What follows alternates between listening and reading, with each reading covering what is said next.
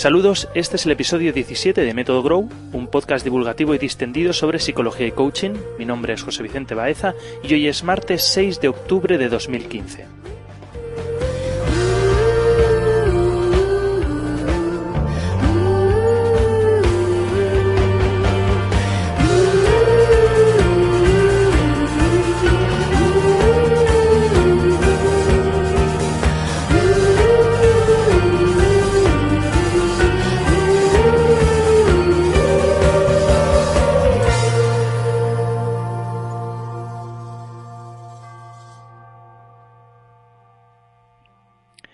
La investigación psicológica de los años 60 y 70 del siglo XX se caracterizó no solo por la cantidad de descubrimientos asombrosos que nos ofrecían una explicación bastante veraz del comportamiento de personas y demás animales, sino también por la extrema crueldad de los mismos. El conductismo estaba en auge porque era tremendamente fácil medir los comportamientos y la ciencia vivía una edad dorada en la que saltarse las limitaciones éticas se justificaban con la promesa de un descubrimiento que compensaría el posible daño a los individuos y sujetos de los experimentos. Uno de los fenómenos que se descubrieron en el laboratorio y que sirvió para explicar, por ejemplo, la nula capacidad de lucha de las personas prisioneras en los campos de concentración durante la Segunda Guerra Mundial fue lo que los psicólogos Martin Seligman y Steve Meyer estudiaron como indefensión aprendida y su relación con la depresión. En dicho experimento sometieron a 3 grupos de perros a una serie de pruebas. En el primer grupo se aplicaron unos arneses que inmovilizaban a los perros y tras un tiempo se les soltaba.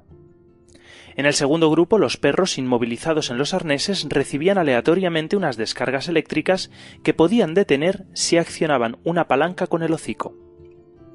Y en el tercer grupo, los perros inmovilizados eran sometidos a las mismas descargas que los del segundo grupo, pero su palanca no funcionaba. En realidad, la descarga paraba cuando los del segundo grupo paraban la descarga. Así parecía que las descargas del tercer grupo empezaban y acababan de forma aleatoria. Los perros del segundo grupo podían escapar de la descarga con la palanca, pero los del tercer grupo no tenían ningún control. Era imposible escapar. Los perros del primer y segundo grupo se recuperaron rápidamente del trauma de haber estado inmovilizados o incluso electrocutados. Sin embargo, los del tercer grupo habían aprendido que estaban indefensos ante la agresión. De hecho, en una segunda parte del experimento se dispuso una rejilla metálica con una barrera central. Una parte estaba electrificada y la otra parte no. Este es un artefacto maligno ideado por los psicólogos y aspirantes a dominar el mundo llamado lanzadera. Los perros del primer y segundo grupo, recordemos, los que no habían sido electrocutados y los que tenían capacidad de escapar de la descarga, fueron capaces de aprender rápidamente que simplemente saltando la separación de las rejillas podían evitar las descargas. Sin embargo, los perros del tercer grupo, que habían aprendido a estar indefensos, simplemente se dejaban caer y soportaban las descargas. Ni demostraciones de cómo podían escapar, ni chucherías para perros pudieron movilizar a estos perros. Solo moviéndoles pata a pata y ayudándoles a salir, fueron capaces de aprender a escapar, y eso tras un par de repeticiones. Afortunadamente los años 60 y 70 acabaron, y Seligman abandonó los experimentos para pasarse a la psicología humanista y escribir libros como La vida que florece o Aprenda optimismo, una malísima traducción que en su original en inglés, Learning Optimism, pretende ser el contrapunto a Indefensión aprendida, Learn Helplessness. Benditas editoriales. A pesar del título de los libros, son manuales de referencia de la psicología positiva.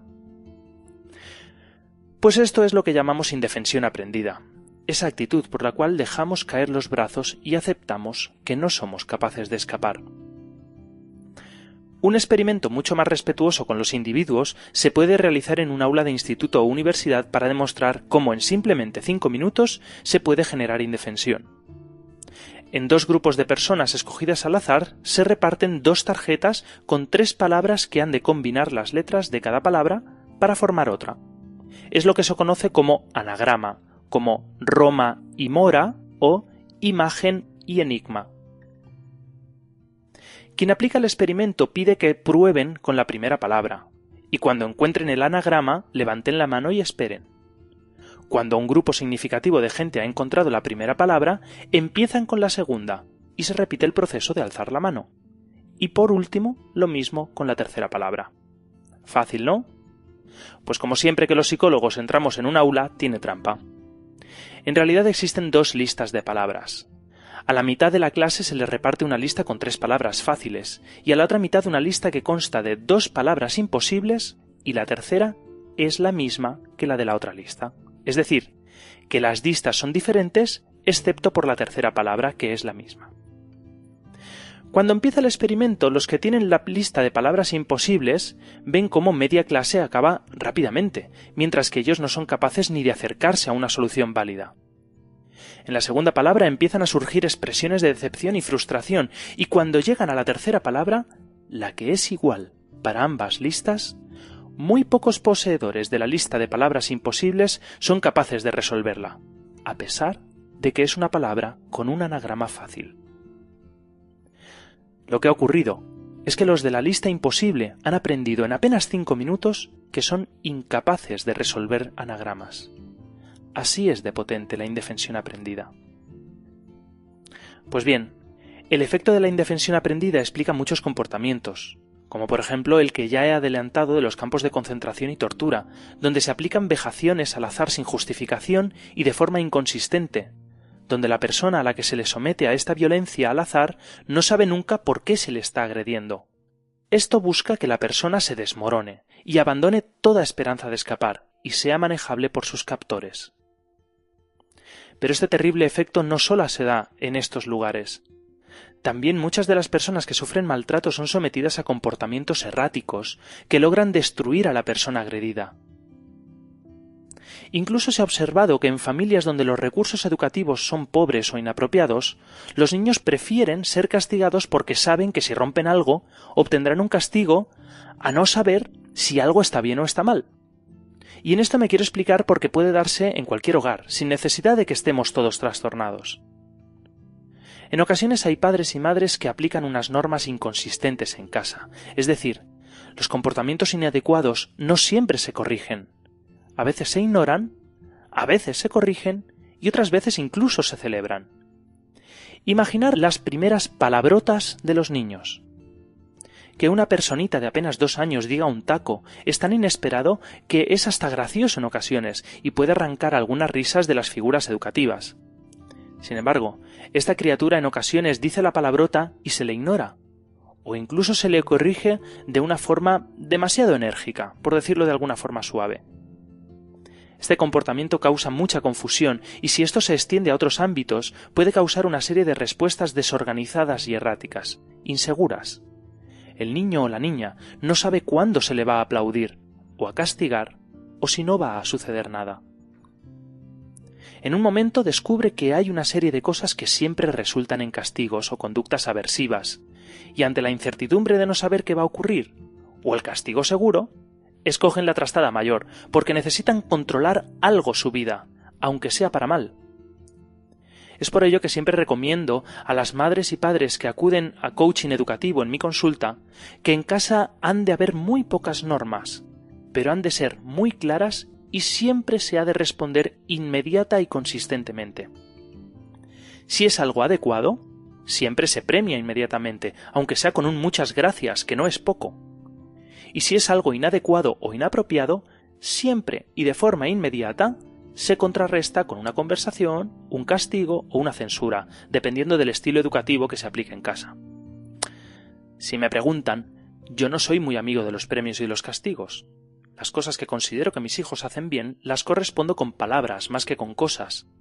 Y las que considero que son inadecuadas las explico, incluso en edades muy tempranas, como 2 años. Pero ese es mi estilo educativo y no tiene por qué ser el único, ni siquiera el mejor. A mí me funciona y de momento para mí es suficiente, pero ese es otro tema. Antes de acabar quiero dejar un mensaje positivo, de la misma forma que, pero sin ánimo de compararme con, el maestro Martin Seligman. Igual que la indefensión es algo aprendido, también se puede desaprender. Pero la persona a la que hay que desenseñar la indefensión necesita ayuda. Y como siempre digo, no de un libro, o de una película, o de un PowerPoint de gatitos. Necesita ayuda de personas, como esos perros a los que había que sacar a brazos de la rejilla electrificada. Si conocéis a alguien en una situación de indefensión, acercaos.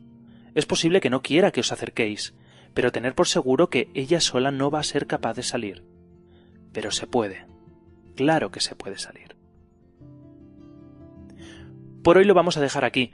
Os invito a volver a este podcast la semana que viene y a comentar este episodio en iVoox y iTunes buscando Método Grow, a interaccionar conmigo en mi Twitter en @josebi_pec y a visitar mi página web donde encontraréis este episodio y todos los demás en www.josebibaeza.com. Además os recuerdo que trabajo como psicólogo y coach en la clínica Dr. Baeza en la ciudad de Elche, donde podéis acudir si necesitáis ayuda psicológica profesional. Consultar la localización y las vías de contacto en www.clinicadoctorbaeza.com. Muchas gracias por dedicarme vuestro tiempo y hasta pronto.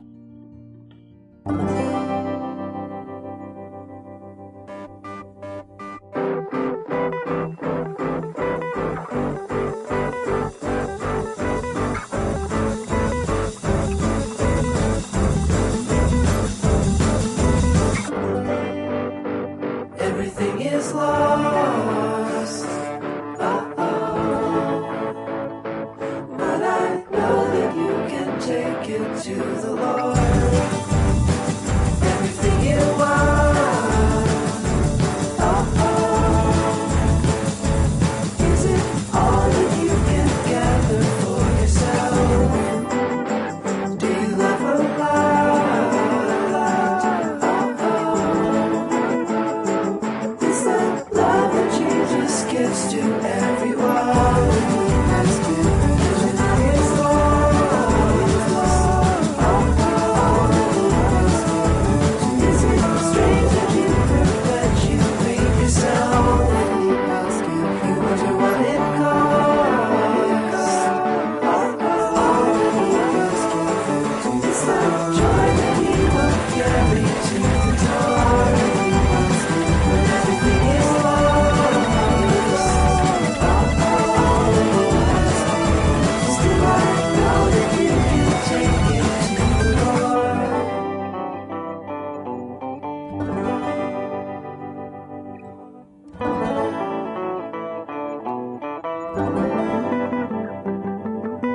All that He has given to the world. All that He has given to the world. Strange that you through, but you wait yourself. All that He has given, what you wanted.